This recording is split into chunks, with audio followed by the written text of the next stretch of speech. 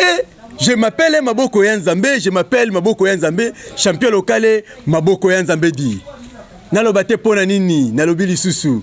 Bino ba oyo boluka ba problème bo si sango na boy mwana semi azwali banga abambanga ko na kufa na nga bandeko nazala nga kachete me batinda ngaka na lobo ba kachete yango na eli susu. Je m'appelle Maboko Yanzambe. A cancelo yo chaîne oyo erataka jamais na ba parler na bino.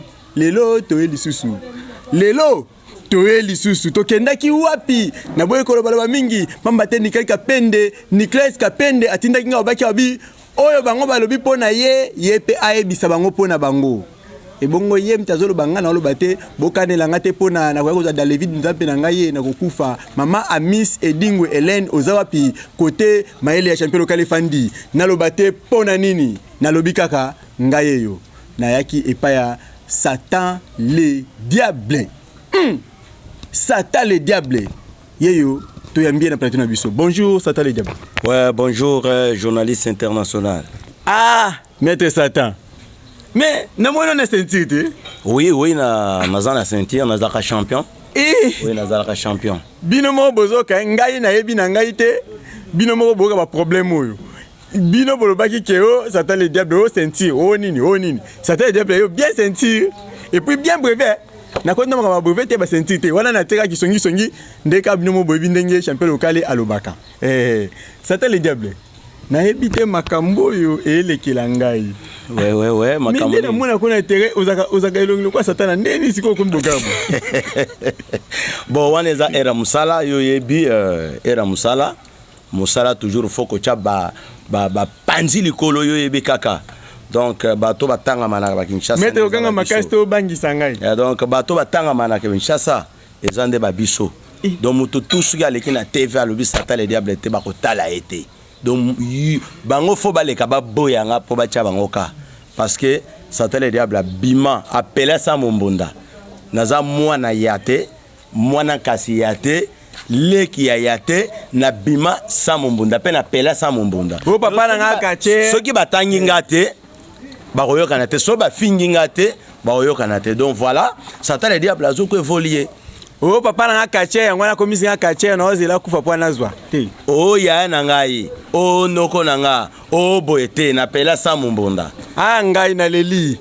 Nanga na lobi nanga lokote yenda lobi ke apela sa mombonda bino bozaka moto na bino bote mombonda bofuli yango epeli mais ye bafulaka ete moko amifulaka Maître Satan le diable to bandi émission na biso mana kanda na yida ke non o eza o ba problème ya osakana te ngai maître na éviter obunga omona na vraiment souté depuis confinement banda ki beta diligence bandi Satan le diable amona na ni na TV ya mutu ni na Satan le diable andimi aya koleka na cancel.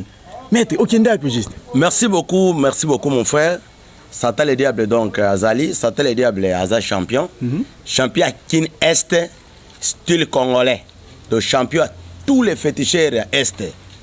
Donc il y a Congo T, na champion du Congo T, na champion il y a est. Mais Satan excuse. Satan le diable étant que champion, Satan le diable a ko bima te. Satan le diable Aza confiné na palais. So na vani na palais na lembi na koti na car na fandi na vani na lopango donc voilà quoi. Donc na vandi donc Satan le diable Aza responsable. Libendo ya yo. Satan le diable Aza champion. Donc batutu ba yebi que Satan le diable na mabende. Donc eza makamto le kana TV te to lobela. Yo ba ko kache futa kate ngana soke non na eda eska ba ta ba di kache na muna be mabende be ba ringi na ba mo efanda. Donc Satan le diable pas na libende. Satan otika nga na palette. Donc na otika yo ouais yo za nga. Ouais, za nga na otika. Azo confirmer yango vraiment. Donc confinement moyen bouger zate yo ibi kaka Satan le diable champion. Champion aza mutu moko force à la rare na banzela. Donc eza lokola vie na nga lokambasi bolite pour mona ena nzele zana no pasi. Mais n'habite Satan aza Fati amona na rapa pamba te. Le président de la République à mon pas en pamba. Il connaît le bic aibika ba sentir mi balé na Congo. Abika no ba miso ndo soma ba sentir na ba wenzali bulu. Na ebite ngala lo bite mais na ebite icône de la catch congolais ebi. Nda le baki bongo bio. Nete bato balandaka bolanda ke monsieur le kit. Bolanda ke monsieur le kingaite. Ke abike ba senti muso ke ndo soma na wenza libulu ya ba Shakira ya ba Bino ya ba Lokambasi Boli tout bokena wenza libulu na ebité. Merci beaucoup mon frère. Nakoyeb Sayo Boye, oui, Aza icône, c'est sûr. Aza bien connu, champion du Congo depuis Bisotoza Petia Mike. Longo ne place aux icônes, Bambote Nayo. Mais ceinture, Basomba Kayangote. Ceinture, Basa Isango na Wenzali Bouloute. Ceinture, Ezali Loko, ou Ezali mérité. Donc, Satan le diable appelait ça Mumbonda. Donc, Azo mérité titre naye, étant que champion. Kinshasa Est style congolais. Donc au lingate, Satan le diable aza champion. Parce que son aza champion te ba tout ba le kana TV baloba kombo na ngapani parce que ba yebi ke côté na moto eza makasi. Boluka boyi ba moto na ye. Bazo luka siko ba boma moto wana. Et l'air bazo le gars Satan le diable aza boy aza faux catcher Satan le vrai catcher parce que aza maman na champion mutu azo bouger bato minene bato wapi ba. Donc voilà quoi. Donc ceux qui baleki na TV pour ngate, ba oleka sou pour nani. Ye wana Satai azana moto. Ngai na kumisie ana moto na yango bolu bakalo kombo na botanga bakombo na binoti. Boye banate. Donc ceinture ezali loko eza mérité. Ceinture ezali loko oyo lelo je suis le premier catcheur congolais oazui champion de Kinshasa Est en style congolais. Donc azali ya liboso oazui na style congolais na Est. Na Ouest boye baza naza champion du Congo te na l'équipe bato tout mais naza champion Kinshasa Est style congolais olingo lingate pour épreuve nga naza makasi koleka bango nyonso te. Voilà mon diplôme de champion Papa Zoumé mon diplôme de champion donc atozana Kinshasa mutu nyonso o Monique naza champion te naza toujours mwana ya commune à Kalamwa aleka sala plainte to samba na ye donc voilà. Moto nyonso boyebi ndako nanga boleka bosala plainte bozoko bomba moto ana place moto ezopela makasi bozozwa mai bozobwaka moto yango pe ezopela kaka mais sata banani wana bazopelisa moto banani wana lisusu bango o balekaka wana batanga kombo nanga omoni ke na danser bino pilipili ya mke swaka mettre sans pas comme ndenga nyokola bino toza kaka bokima bapale bokodaye na batension alobi bokodaye na batension bino bokodaye na batension tala ndenge brevet ezopela moto alobi ke ngai naza champion te aleka na TV alakisa pe oyo diplôme de champion na ye parce que nazwi diplôme oyo na ligue de catch de Kinshasa. Donc icône na biso apesa biso ba ceinture te ba ceinture eza na bato bazoko diriger catch yaza numéro 1 na biso champion du Congo aza catcher aza dirigeant ya catch te. Oui donc voilà ba catcher biso tout toza ba catcher toza na ba père na biso ba bandi ba catch kala toza na ba ancien ba champion na biso ba vieux na biso mais époque o biso pe to komi kozwa moi ba titre amike. Donc botika to vivre na batitre wana donc ça problème te champion li passe sa bambote place aux a champion le Shakira bambote place aux a zela okopesa bambote sima maître zela nanto ba question zestilité na yebité a opesi champion li passe bambote do na yebité obanga champion li passe question na obanga etenga na beta tous les catcheurs sauf Mutute na li passe donc bongo yenani catcheur te. Donc on a banga kete ongai nyamna gera akomisa bat bantaba onga Lokambasi Bolit onga Ivesi titre onga li pasa ba oya comme ça bataba oui bazali mezanga te mais otangi kache mo mi balé mo botangi ba motin banani mbisa mai bon natangi mutunyo sotin natangi ba o na linga ki otanga natangi mutunyo sotin de so baso ngala tangi lo so bateko komana mbisa mai bon natangi mutunyo sotin na otanga ne ba anniversaire o yanga donc voilà quoi. De mbisa mai ça te dit baba et bioté. Ah italien. Et bon, on m'a fait 5 chantiers. Wapi 5 étoiles. Oui, 5 étoiles général. Voilà. OK, na bien. Combat neuf ma befa. Oui, qui toque vrai combat. Bon, c'est pela fort parce que na côté d'abord qui sent sur na beta mototo sauf mototé. Donc voilà quoi. Ototo na ngana ni sikoyo. Ototo na ngana ni 5 chantiers, 5 étoiles. Mbisa mai. Oui, longo na place oza, sali coup de chapeau, bambote place oza. Mbisa mai, ça t'a bien obéta. Oui, na beta ka bango tout sauf. Eh, ya lobi ke ça t'a lobi oko beta mbisa mai oko beta satan. Bombo te place tout vos adversaires dans la vino tout.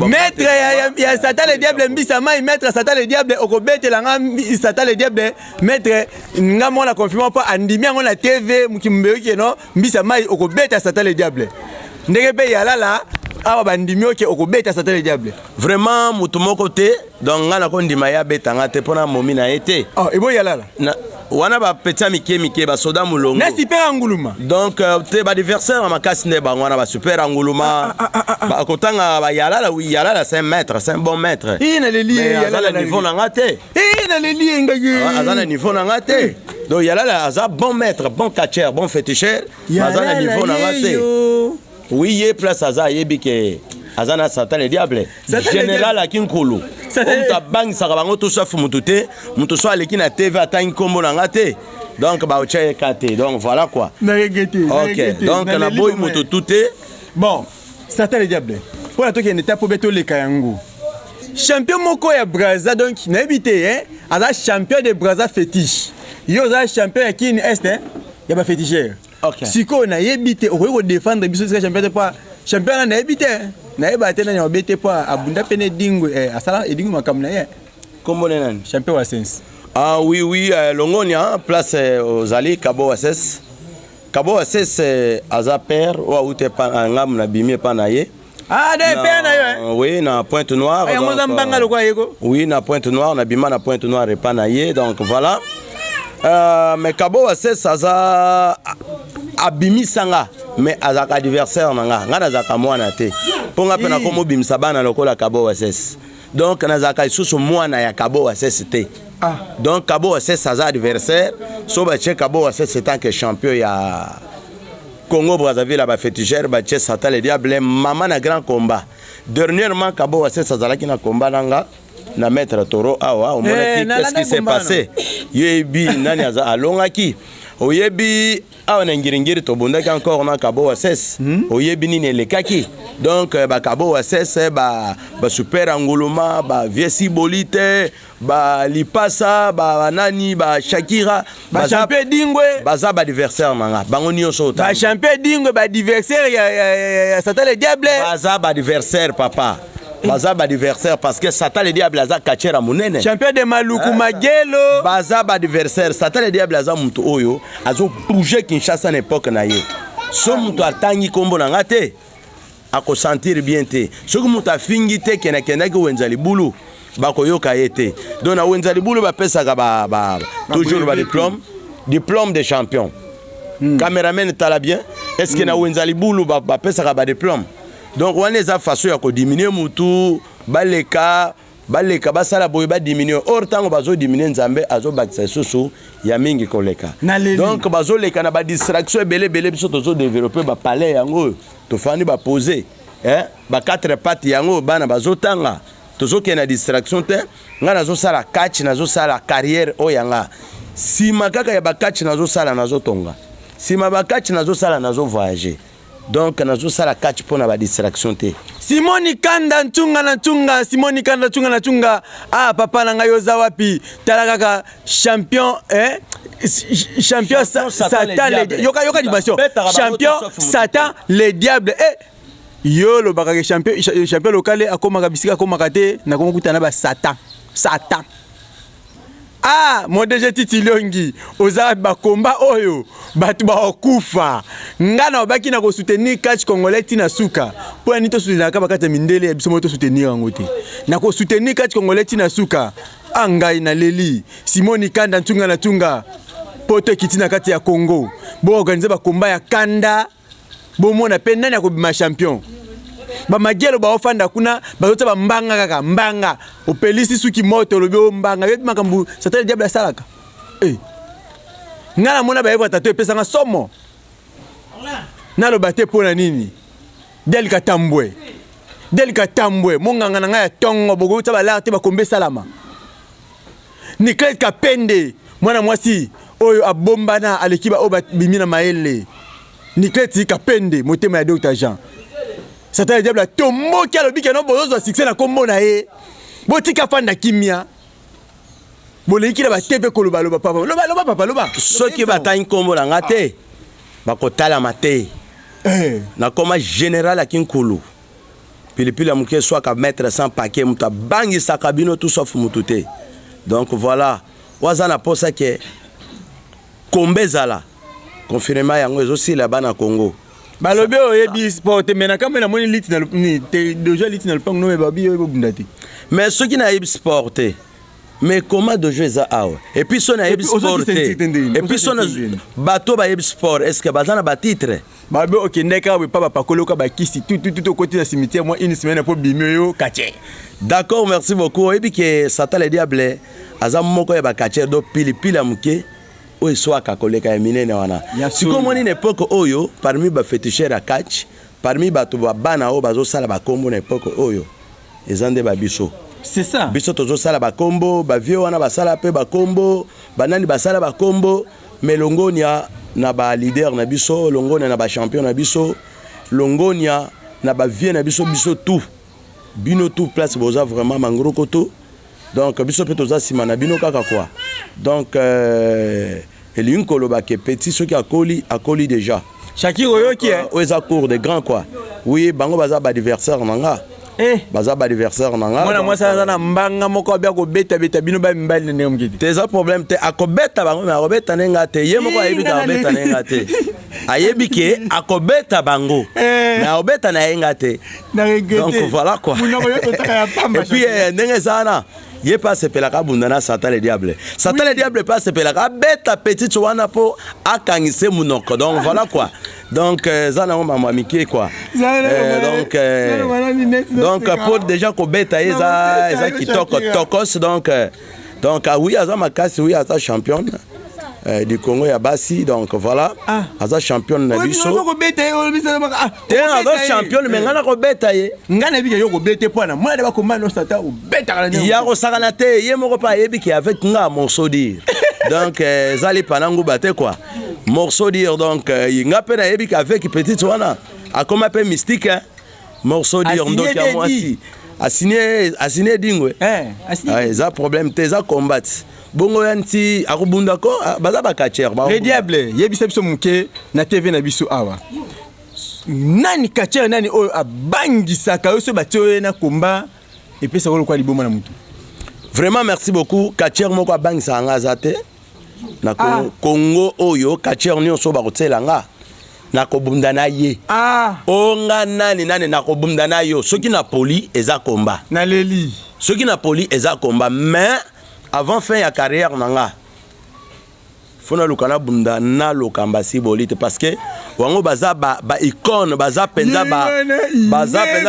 icône ya mboka na biso ba sous-titre wana baza ba icône ya mboka na biso bato basala ba kombo ba idingo wana donc ça dit que avant la carrière na yesi là petit na mukio ya mbinza afingi yo sérieusement afingi te ofinga ina te na lobika ande vérité bolimbisa afingi na été akumi c'est bon afingi yo mais na lobaka akumi sio nani sakefumu bon vraiment bambote place aux sacré ceux qui ont fini ngate bato ba otala yote donc voilà la leli et donc bambaka libanga na manga kotela donc ceux qui bambi libanga pa na ngate mokile etalote kombani ni kolo bato to ba otala na bango Satan le diable donc avant fin ya carrière nanga faut vraiment na bundana ba vieux wana ba banda kachita nga na botamite do ba vieux wana bango tout na oluka na yeba penda ke na sala qui champion nga vraiment ceux qui vraiment est puissant parce que na bundi to na ba jeune catégorie na biso bango tout na beti